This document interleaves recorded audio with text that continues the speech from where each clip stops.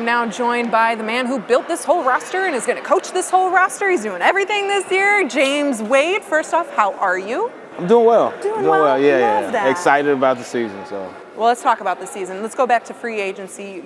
You lost all of those players. But first off, before we get into that, how amazing was it to just have the opportunity to coach people like Candace and Allie and Courtney? What was that experience like for you as a coach? It's definitely something you don't take for granted.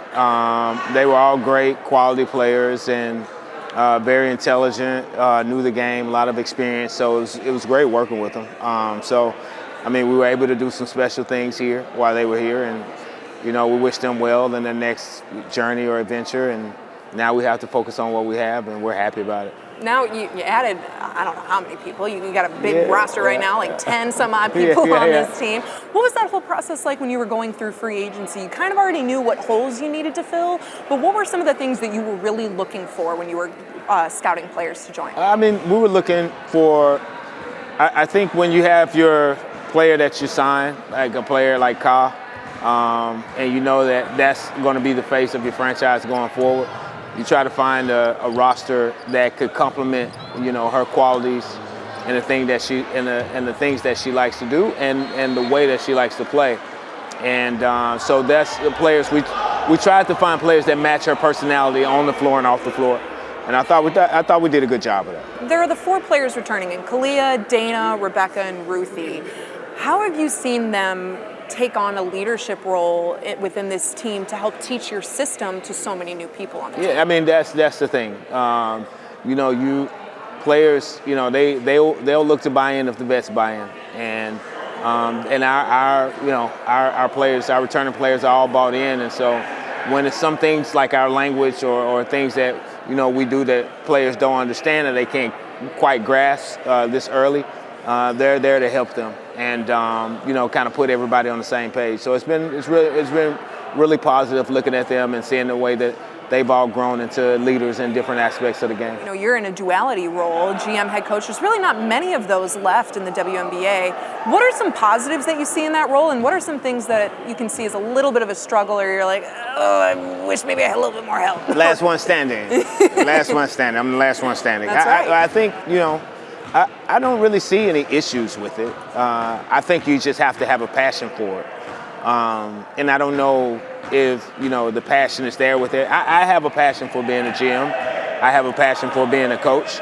And, being able to construct a team, understanding the salary cap, constructing a team and understanding the salary cap years down the line and not doing anything last minute or impulsive, I think is really helpful to the coach that I want to be.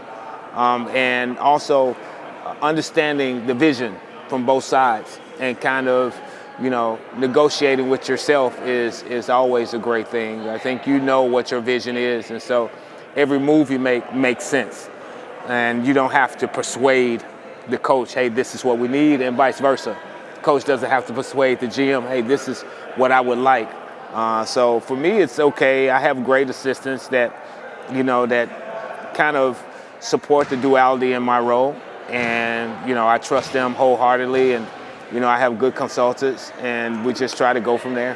All right, I got to ask you one little rules question. There's the Coach's Challenge this year. I know you said you're like, I don't want to run with it. I'm not a fan. But just with the Coach's Challenge being implemented in the W, what are just your thoughts of that being implemented into the WNBA? Do you like it? Or are you kind of iffy on it? I think it's another tactical, situation. When you have it, when is the right time? Is it too early? Is it going to hurt you later on down the line? It's just something I saw some last night in the NBA game, and they didn't pass. It wasn't, and so it's challenging. And then they had an opportunity to do another one, but they didn't have the challenge left.